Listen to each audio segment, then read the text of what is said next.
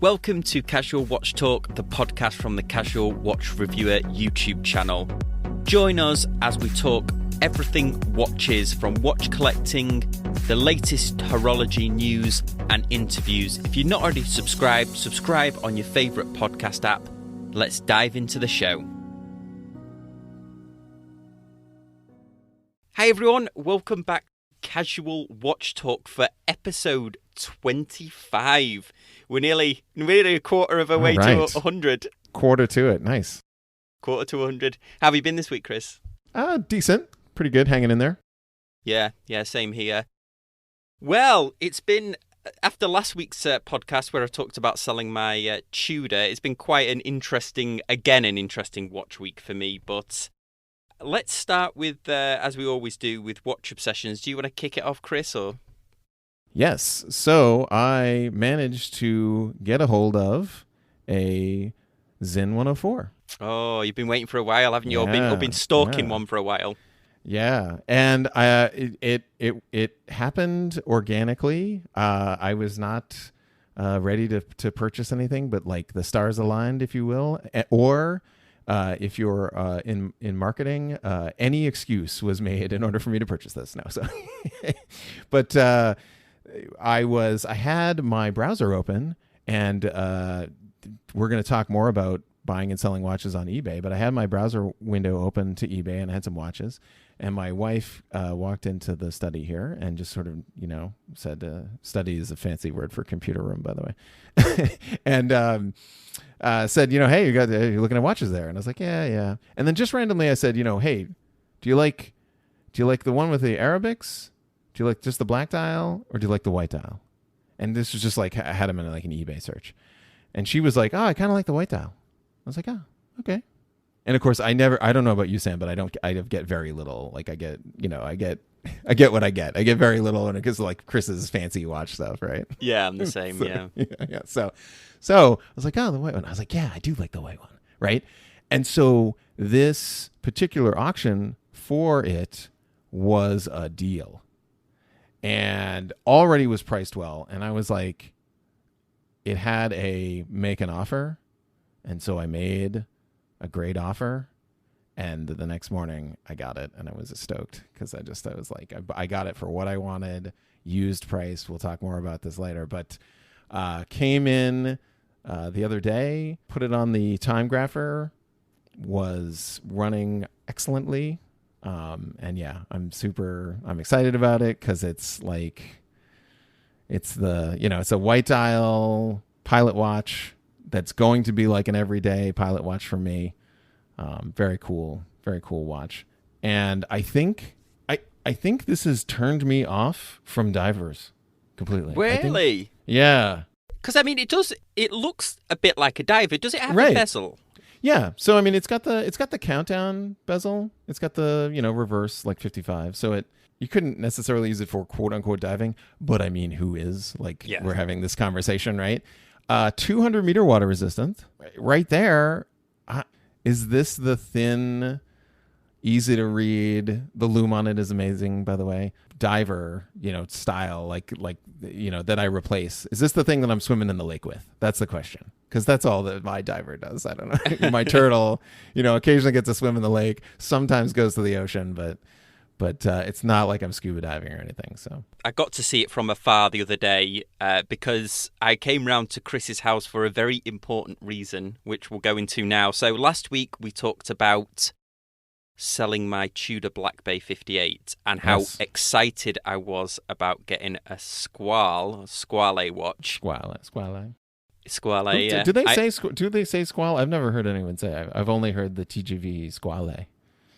But yes, is anyone pronouncing anything right? I don't know. Well, I think I certainly know that I got it from him, and I know that actually in one of the videos I did about Squale, it's not commonly used in the French language for shark. It's actually, there's a different word that I'm going to forget now that begins with an R that is more commonly the name for a shark. So, but anyway, somebody is going to be shouting, a French speaker is going to be shouting at the screen now saying it's, or something. But, so I was really excited about getting the Squale, and It looked awesome, had that vintage case on, and it arrived from Nomon Watches from Singapore in record time. I mean, it only took like 3 or 4 days, and straight away I was not totally...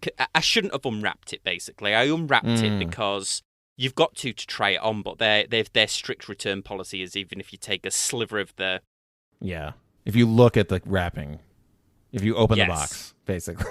Exactly. Got it on the mesh bracelet, but I immediately took it off the mesh bracelet so I could try it because I didn't want to adjust the mesh bracelet until I was sure that I liked it. Plus, sometimes I'll keep the bracelet to one side and just so if I resell the watch, it's in pristine condition. So I put it on a thing, and the problem with it is, and this is why I had to drop it off at Chris's house, was because the thing is, it's heavy. Now, I'm not afraid of heavy watches. It's nearly the same. Chris, you had me weigh it, didn't you? Right, yeah. I wanted grams. We had, like, what was it, 137 or something like that? It was like 160, I think, and the turtle was like 156 or something. So there wasn't that much in it. With the bracelet, though. With the bracelet. But the problem is, on a turtle or a heavier watch, and Seiko do a great job of, we've had a few comments about the movements, but their cases are spot on. And I think that the center of gravity is at the back of the watch, so it's more towards the back case. So what that means is even though it's heavier, it's pushing down on your wrist, so when your watch is by the side, the watch might slide down your wrist, but the force is more pushing it towards your wrist, where I found that the Squale, the weight seemed to be in the sapphire crystal, which was quite thick, and also the bezel. So the problem is when it's your hands by the side of you, it's pushing from the crystal and the bezel downwards, so it's almost pointing at a 45-degree angle into your wrist. And I persevered with this for a day. I just could not. I was not enjoying wearing this watch whatsoever. So, Chris, I've not spoke to you about this since I dropped it off, so I'm interested to know, am I going crazy or... So I tried to figure out... Yeah, so first I assumed that, Sam, sorry.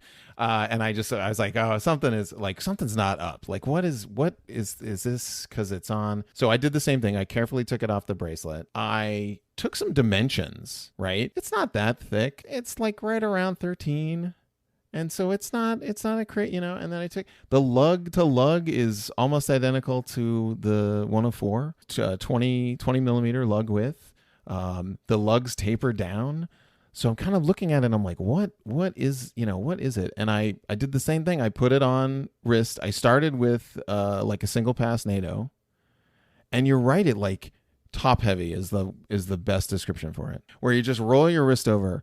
And I originally compared it to my chronographs. So with the chronographs, the 103 is like 16 millimeters thick. So it's got some heft to it. I think it weighed just about the same on the bracelet as this. And yeah, it does feel like it's kind of top heavy pulling your wrist, but like the whole watch, yeah, it's different. So then I was like, okay, what is this? It wasn't until I put them flat on my desk that I really saw what the deal was. Probably 3 millimeter thick crystal on that bad boy, and the bezel. The coin edge bezel has to be like 2.5 millimeters thick. Okay, almost 3. That all sits up higher than my 104 coming in at 11, 11 something, 11 and change, right? Millimeters. And I think that's what's doing it. Just that whole, like the heft of the bezel. And I seem to remember either reading this, whether it's Reddit or Instagram or YouTube or whatever, somebody said something where the bezel on that was pretty hefty. I should have mentioned this if you didn't listen to last week's or you were able to miss it. It's the Squale, the 50 Atmos. So it's not one of their Rolex homages. It's their actual case that they do that's sort of slightly rounded, slightly hexagonal-ish, I suppose, but I very rarely have such a visceral reaction to a watch. And bearing in mind, I review a lot of watches. I get sent a lot of watches. I also get to review a lot of watches. Certainly at Bob's Watches, where I get to review Planet Oceans and stuff like that. The only case that I remember that I just straight away didn't like was the Speedmaster Mark II. But this Squale one, I'm amazed that... What do you think because a lot of people love this watch, don't they? Certainly, I mean, we mentioned TGV. To hear him talk about this watch is a glowing. Yeah. So what I did was I spoke to a friend of the channel, James, who's in my phone as James Doxer, because he has a nice collection of Doxer watches, and he collects Squale. And he said to me, put it on the mesh bracelet, because what that will do is the mesh bracelet is thick, it's 20 mil thick all the way down, it doesn't taper, so that will kind of brace it. And it sort of helped, but it's still not a comfortable watch to wear, in my opinion. So I can't actually return it to no one now, which is a shame. I put it on a 2-piece silicone strap because I figured, okay, it's a diver, so it's living on that, like a Tropic or a silicone strap. And so I popped it on that, and yeah, I had the same, the way the case is shaped, and I can't quite put my finger on it because I was like, I wanted a definitive answer, like, oh, watches that have the bezel 2 millimeters higher than the crown are always going to be like this, or something, like some, not subjective, like an objective not like reason. A feeling, right? Not like exactly. Right. I tried some, and I couldn't figure it out. But I had the same exact experience. It like you flopped your wrist over. I think also what's not helping it is it weighs a lot. So the head of that thing that it weighs itself a bunch. So I think that compounded with the fact that most of the crystal and the bezel are way up high, and the watch kind of tapers in.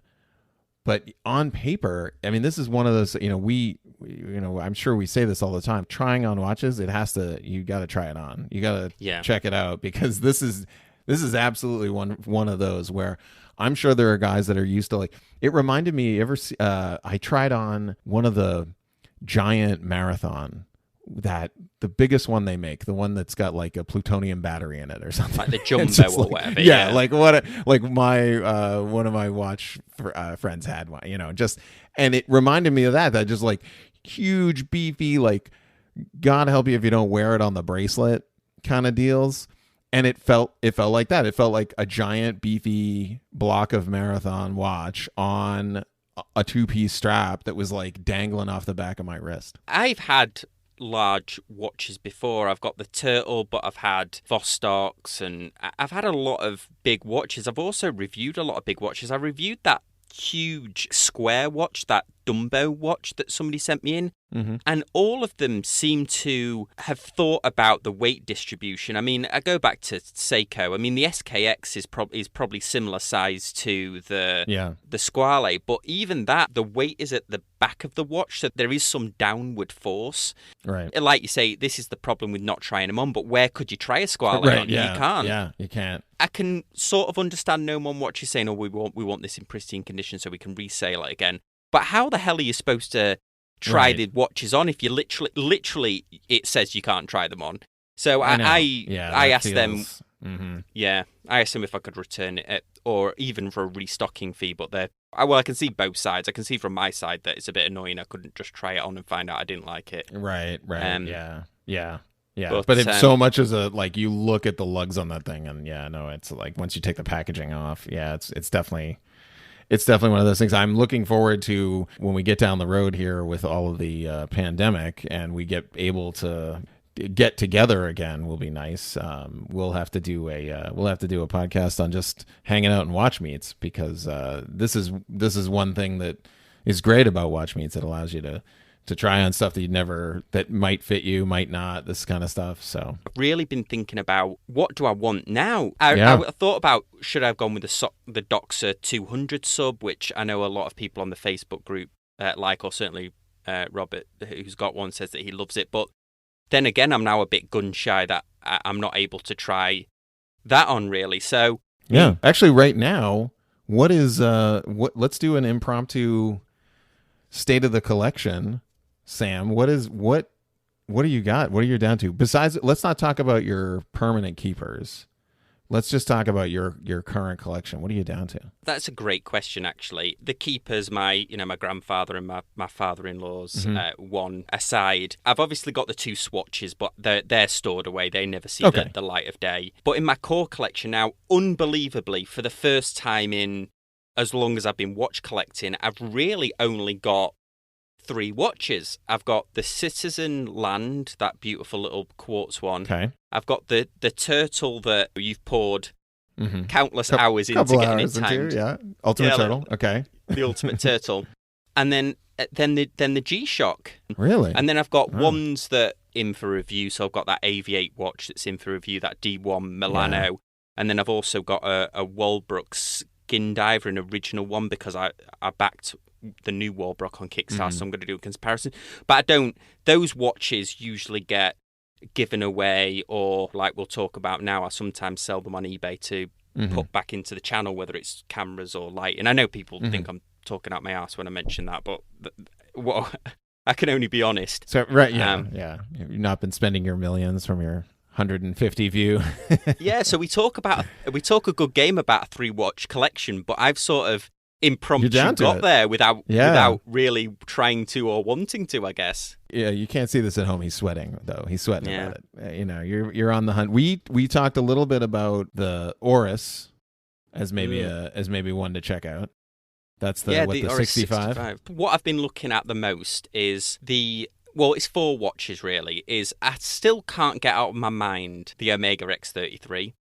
There just isn't one online that's a good price. Have you tried that on? No. Okay, so they have the Solar Planet edition, the green and blue. So I tried that on. That is like your Marathon. That is a beefy watch. That's an all business. We're going to space. A replacement for your like G-Shock, that kind of level. That might put that off. And then the old Breitling, that B1, the Annie Digi, I've just got a real new appreciation for that for some reason. So there's that. Then the Doxa, the sub 200. Okay. And then for some reason, I keep coming back to this watch, and I don't think we've ever talked about it, is the Formex, the Essence one. This is the slim sports watch? Well, it's their slimmest one. We'll put it that way. Okay, all right, okay. But, but it's the one that has the cases suspended, so you can actually push the case through that one. Okay, that one. I really like the look of it, and I don't know also whether it's because, slight plug for me, they named me as one of the best YouTubers on best watch-related YouTubers. I mean, you definitely need to buy something from them now, so. I know. But I do quite like the look of that. But what I want is an everyday watch that has a little bit of history to it, has a little bit of a quirk to it, maybe around the $1,500 or $1,000 mark, because I don't want to be looking at it like, oh, that's money in my watch case, which is how I looked at the Tudor. Yep. I've looked at Zinn. I'm really torn at the moment. I'm really it's actually amazing how much it's affecting me. I don't know whether the stresses of everything else that's going on in the world, I'm ploughing that into watches, or whether it's the actual uncomfort of not really knowing what, because I've always known. Yeah. The Squale's really affected me in the sense that before then, I think I was like, I could really wear any watch. It doesn't matter about the size and all of that. I never considered size as a reason. I would just be like, that would just look ridiculous because it's big. I never really considered, that could really be uncomfortable. Yeah. So it's kind of changed me a little bit. It's weird. Yeah, I mean, it's. I think you're onto something with the price point, because I think 2 times now with the Speedmaster and the Tudor, I think you've experienced that precious. The watch is precious. I don't do that, or at least I try not to do that. I mean, I get it. I totally get it, but yeah, and I suppose the other thing as well is a little bit of guilt's the wrong word, but certainly a feeling around. Should I have this much money in watches, or should that money be going towards a deposit for a house, or should that be going towards?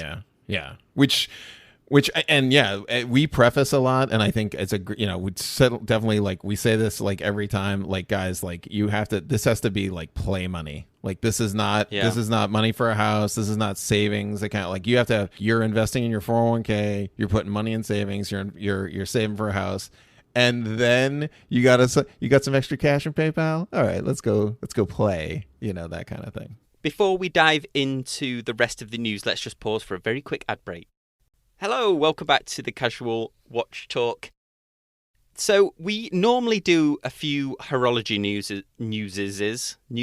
stories, but it's been a pretty light week, to be honest. And we're not immune to a little bit of watch drama, I should say, on this channel. I don't often talk about it on the YouTube channel because it can inflame passions, but there's been a certain little bit of, certainly some interesting watch YouTuber news. So Chris, do you want to kick it off? Yeah, so I was looking at TGV had an announcement. This is the Urban Gentry. Had an announcement that basically that he was kind of parting ways with Watchbox.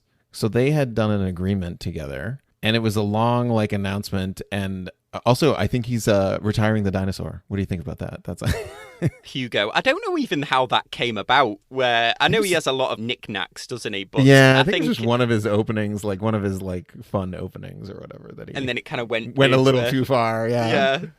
Yeah. so yeah, he kind of stretched it out and didn't it is interesting to kind of read between the lines, because the title was a little clickbaity, which was the end of the Urban Gentry or whatever it was, that kind of thing. But it really was just that he was kind of done with Watchbox. And I think I mentioned this before on this show, but I don't remember a particular pure bunch of collaboration with him. I think it was just he got access to the watches, and he kind of there was some strategy there, but I didn't see any meat come out of that. I agree with you, because I think when they did that first collaboration, so I'll say a couple of things about TGV. First of all, the reason that I'm doing this is because I got enthralled with his content.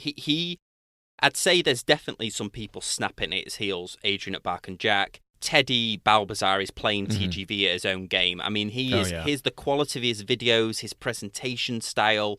He comes across as a lot more approachable. Now he's stopped doing all that top 10 stuff that he started off doing. Now he's doing more pure watch content. Brilliant. He's obviously got a very skilled friend that's filming him and stuff. He's playing TGV at his own game.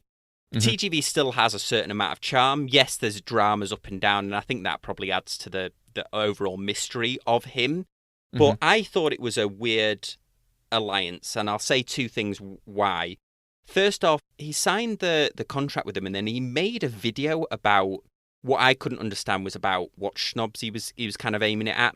And he mentioned a watch club. He says, there's even the watch clubs out there that won't allow you to take Invictas in.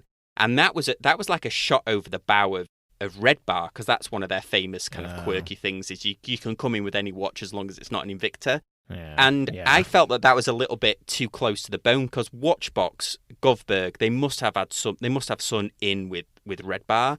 Right. So you let that miss. But the problem with TGV, I shouldn't say problem. One of the things, he's very strong on certain things. One of the things I don't think he's strong on is either collaborating with other people or interviewing people on his channel.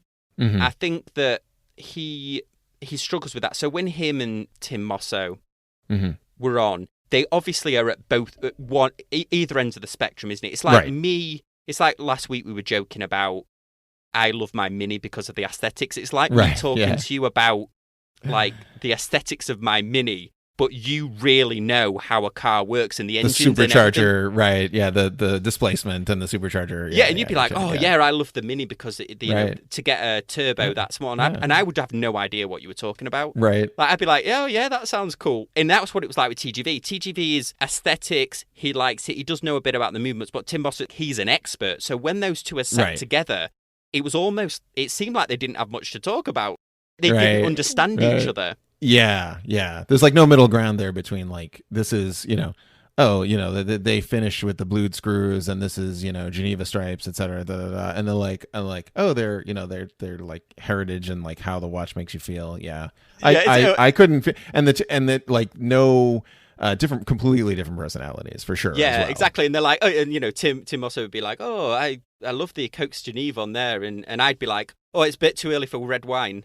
Right, exactly. Right. I'll have the white. I'll have a slice of like double- pelage in yeah. my with my whiskey. Right, exactly. But Oh yeah. so All it those it terms. did seem weird, but they obviously got a lot out of it because they got their little advert at the start of his show. But it's interesting because you often wonder, and far be it from me to speculate, how does a contract get ended if it's beneficial to both parties? I've worked with contract personnel.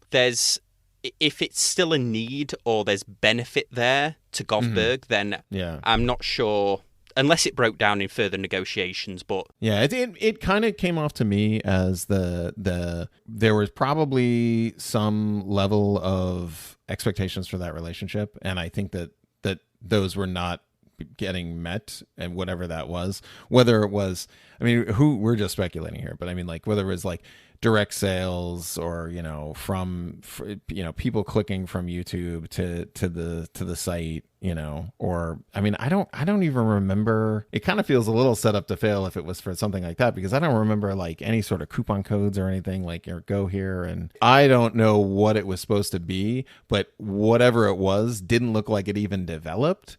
So it seems like they kind of nipped it before it got, because it seemed like he was on the payroll, or at least was getting paid, to be a representative for them. So I agree. I think, and I certainly struggle with this for people that watch my YouTube channel, is I think now is the era of the watch personality, not the watch reviewer, because Watchbox, arguably, they know everything about a watch, and I think that content's been done, and because I notice it when I do straight watch reviews. So if I do a straight watch review, it's not going to get as much views as if I give opinion piece. For example, the Omega 300 that I said I didn't like. And I used to be afraid of doing stuff like that because I didn't want to like inflame passions. But now I'm learning that actually, and we'll talk about this in the next story, but I feel like it's more, you've not only got to be a good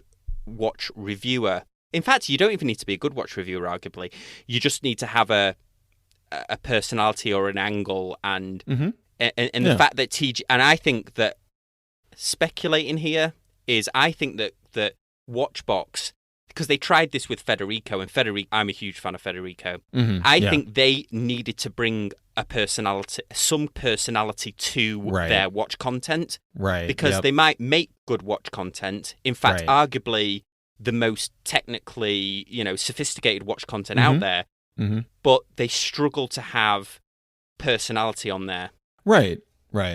Yeah, no, I mean, we were, just talking about the Squale. I mean, like, just, this is not a, you may not have this effect, or should I say, you might not have the same problems or issues with a certain watch, but I'm interested in how you came about this, or like what your take is, like what your experience is interesting to me.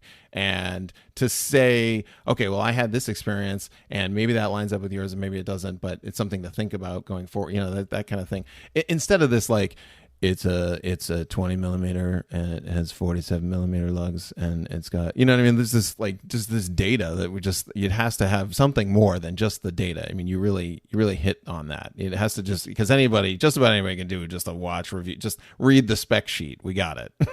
And that's one of the things that I've certainly been very lucky with for the most part, is my audience is receptive, I think, to. So when I sold my Speedmaster, a lot of people didn't agree with me, and guys, please don't agree with me. I had there was some weird reasons that I had for it. I am, but I did offer to scratch it. Yes, well, but everyone's like super respectful. I think if you present it in the right way, and this is what I find with I mean, God, I'm only a small channel, so far be it from me to. Hey, 10,000. Don't sell yourself short here. 10,000, man. Come on, you're doing it. You get your plaque yet? Yeah. Oh, yeah. I think it's 50,000. So, okay. If you're not subscribed, please subscribe over there. Tell 50,000 of your friends. 40,000, 39,000 of your friends.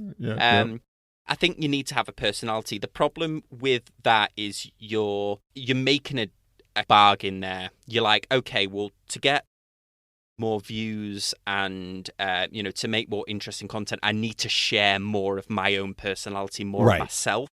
Right. But then you've also you then open the doors to people who then don't like you, not because of things you've said wrong in the review or comments that you might have made about a watch, but they then go after you. And this will lead on to our next story now, but they will comment on your actual personality and who you are and how you look. Right. And think about it from the dealer. Like if you're not the dealer, if you are representing a watch company that's selling watches, there's going to be a list of things you cannot say. That if you do say them, if they carry 2 or 3 of the brands, and maybe you didn't know that they carried this third brand, and you say something like, "Well, I just don't think that third brand holds the value."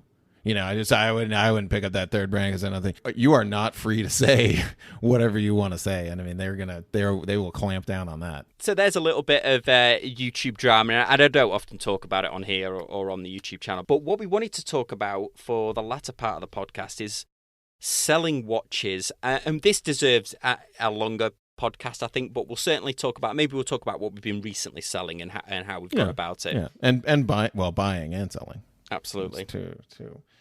So, I just wanted to kind of take a fresh look at how I go through this process. And Sam, please jump in, and we'll kind of work how we kind of go about the obsession of finding the deal and picking out a new watch. So the first thing I just want to say, I've mentioned this on the channel before, or the podcast before, and that's the endowment effect. And the endowment effect is when you value something that you own higher than something you don't. So basically, when you look at the watch on your wrist and you paid $3,000 for this watch on your wrist, and you're like, it's worth $3,000. No, it is not. It's not worth $3,000 because you have to sell it. And someone has to buy it, and someone is not going to pay you what you paid to buy it brand new. So there's going to be some depreciation there. You're going to have to send it to someone. There's going to be seller fees. There's going to be transaction fees. There's going to be shipping fees. So just, keep that in the back of your mind. We start to talk about this stuff. And I like to, eBay is great for sellers. So eBay it's a place where it can catch your attention, and they can just like YouTube, they can suggest things that you're looking at, and similar things you might also likes and catch your attention. And you have to be careful not to pay too much when you're there purchasing, and then if you're selling, you have to price it accordingly. So Sam, when you go to figure out the value, so you just recently sold the Tudor. Yeah. How did you value that? Like, how did you price that out? So you knew you wanted to sell it. Where did you go to figure out, okay, this is a good, fair price for this watch? Yeah. So I sold it on Chrono24 because the problem with eBay is it's got very expensive. And what I mean by that is you're looking down the nose of losing 12% on your watch, because not only is it 10% straight off the top for eBay, you've got their fee, their 3% for PayPal fee. Now, Chrono24 used to be a lot more expensive than that, and not only was it expensive, but the buyer had to pay a fee, an escrow fee of a little bit, so it ended up being that you both paid, and also you had to pay the fee up front to list a watch. But Chrono24's got very shrewd now, and they charge 6.5%. They don't charge any fee for their escrow, although it might be nominal. So I actually sold it on there, and they will suggest a price. And what I like about Chrono24 is they will show you a graph of what the watch is sold for.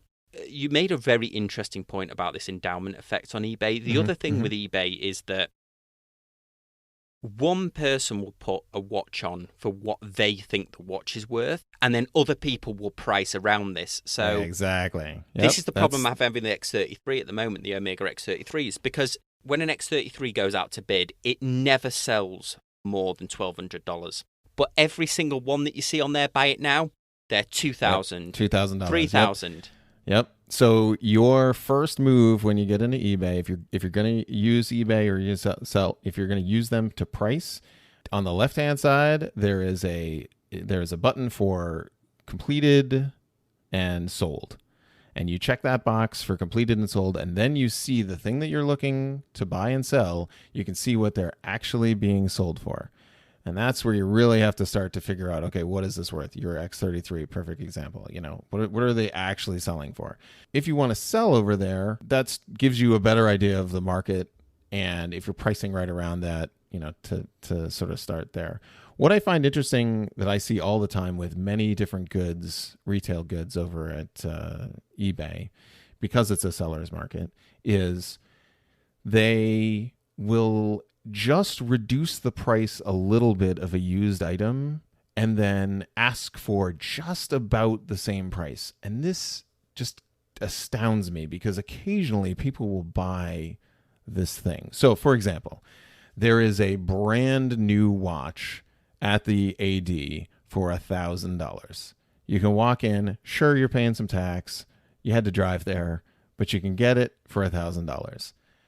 It kills me when I see used items, particularly watches, sell for $986. And meanwhile, I could go get a brand new one for $20 more.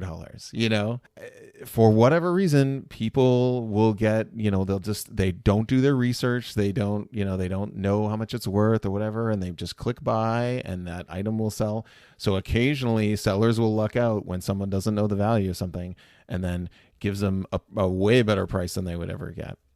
Yeah, people get caught up in the frenzy, don't they, of it being eBay and bidding. And it's funny because some retail basics for me, and I mentioned this before, we'll put it here. There is about a 30% profit in watches. Certain brands are different, there's all over the place, but let's just assume the 30% profit, okay?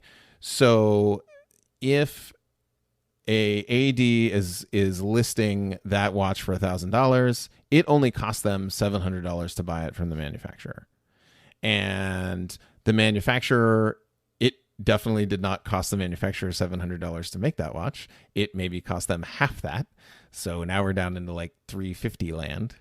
Just like, anything that's sold used, there is a depreciation. Certain watch brands, and this is, we've talked about this before, this is why we value certain brands more than others, because maybe we feel like, okay, this is going to be, this is the heritage, or this is going to be worth the same amount of money, or those drop in value, that sort of thing. But I generally look for about 30% off on a used watch.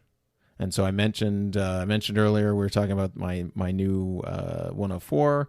That's exactly what that came in as. And I sent him a fair offer. It wasn't like a lowball offer. It was a fair offer for 30%, and he accepted it. The seller accepted it. So that's kind of what you want to shoot for when you're looking for anything in this, and especially in eBay. Once you get into Chrono 24, there is some back and forth that can happen. Now, you've had some sales, Sam, over on Chrono 24 that have had that sort of back and forth. Yes. In fact, they're almost always suggested price, so you have to kind of factor that in a little bit. I know in the past, Chrono 24 really suffered from people listing watches, and then because you paid up front, you basically paid a listing fee, and then people would just factor that in, and people would just email, hey, I don't want to go through Chrono 24 because the buyer had to pay. And so a lot of it was done off Chrono 24. Chrono 24 was almost like an online catalog, whereas now you list this is something I should say about Chrono 24. You list something on there, it is on there for 3 months. There is no you selling it elsewhere. There's no you ending the listing. If you end the listing, they bill you for unless you prove that it was lost or stolen, and I'm guessing that they'll need some kind of crime number, like a police crime number. And they don't always sell straight away. Like the Tudor, I priced it fairly, and somebody got it for a decent offer. But this was the other thing that to your point earlier, this is another thing that factored into me selling it, is now it is worth round about what I paid for it. But what happens up next year when there's a new version or whatever? Like, the new thing comes out. I've sold watches on Chrono24, sold watches on eBay. I did try and trade a watch with Crown and Caliber, which maybe we'll do a separate thing where we talk about trading in watches. But So another site that I keep an eye on is a site called Watch Recon. And Watch Recon does like a database search of all the forums, Reddit, 6 or 7 places, and will pull up forum posts. Now, I've not done a personal sale on a forum, and I don't know if you have, Sam. I haven't bought or sold on a forum. There is Stephen who's on the Facebook group. We actually did, I think the second podcast we ever did, he is a big one for selling on and buying on forums, and you can get a deal. But I'm just, it's not, you have to really understand it and understand the forum and be a regular member of that forum. Some of them you have to post X number of times to even sell something. So you have to get in brought. So even though you might get a watch cheaper, it's still an investment in time so that you don't get stung. In the $50 to, let's say $2,000 is probably the most I've ever done on eBay. In that price range, that's where I'm comfortable, paying PayPal fees because, 3% of $2,000, okay. It's not $10,000. That's where I'm comfortable. But once I had someone on eBay offer me, offer to do a direct sale, pull the thing off eBay, like meet up in person kind of thing. And I was a little gun shy about it, but ended up contacting them. But, in the end, it didn't work out. And I had to do all of this extra work to try to make up for, any sort of PayPal fees that I would have been taken out.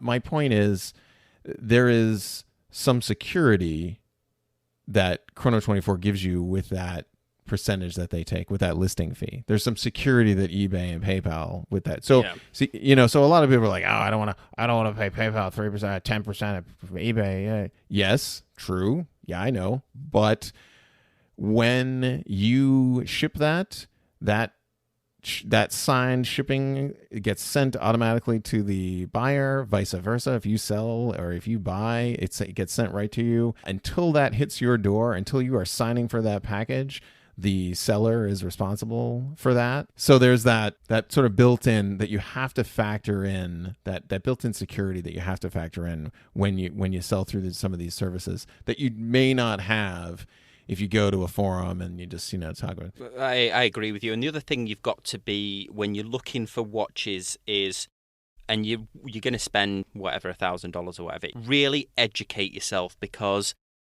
work out whether, there's a couple of questions you've got to ask yourself. Is this watch worth what I'm paying for it? Am I paying for the watch because that's what its current market value is worth? Or the big question is, am I paying this watch because the market isn't liquid for this watch?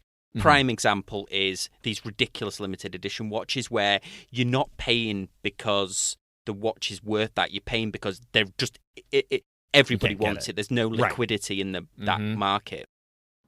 Yeah, exactly. Something else to consider is with those, especially with those forums, if you don't want to pay fees, unless you're doing a cash transaction in person, everybody's, you hear people, I'd be interested to talk to someone who's done bank transfers, because I've done bank transfers with my business, and like, that is a pain. You have to make sure you have your I's dotted, your T's crossed, all their account information, where that's going, what that's going to do when it gets there. And then there has to be some trust that, you're going to give this person money, that you're going to get the product. There's definitely a risk, especially down in, like I said, in this sweet spot, $1,000 price point. Why risk it? Why risk losing $1,000 to get a great deal that's maybe $100 off or $200 off? Risking $1,000 on that, it's just not worth it. One of the interesting things I'm sure the listeners would love to know, and I'm certainly interested in, What have you sold recently? And also, did you get what you expected for it? Was there any surprises you had there? So my most recent sale was a Steinhardt Ocean One GMT, which I purchased on eBay for a really good price, and then tried to sell, and then that got screwed up, and then tried to sell again, but managed to finally sell it for, I believe it's right around 700. So you can buy those new shipped, I believe about 800. So the fact that I got like 690, I think was something like that, was really pretty good. And I think, like I said earlier, seller's market, I would have maybe given myself 600 something for that, 30%. The last watch I sold, well, the last two I sold were on Chrono 24, so probably have to go back a little bit for some. I did sell that Laurier that I got, but again, that was to do with there wasn't liquidity in the market. Yeah. And I just managed to get back what I sold for it. But that's really interesting. I'm really interested to know what the listeners' experiences are. So let us know over on the Casual Watch Talk Facebook group. Yeah, thanks for that, Chris. That was a really interesting topic. I think definitely we need to do a part 2 of that one. As always, guys, we appreciate you listening, and we'll see you next time on Casual Watch Talk. Thanks, guys. Bye.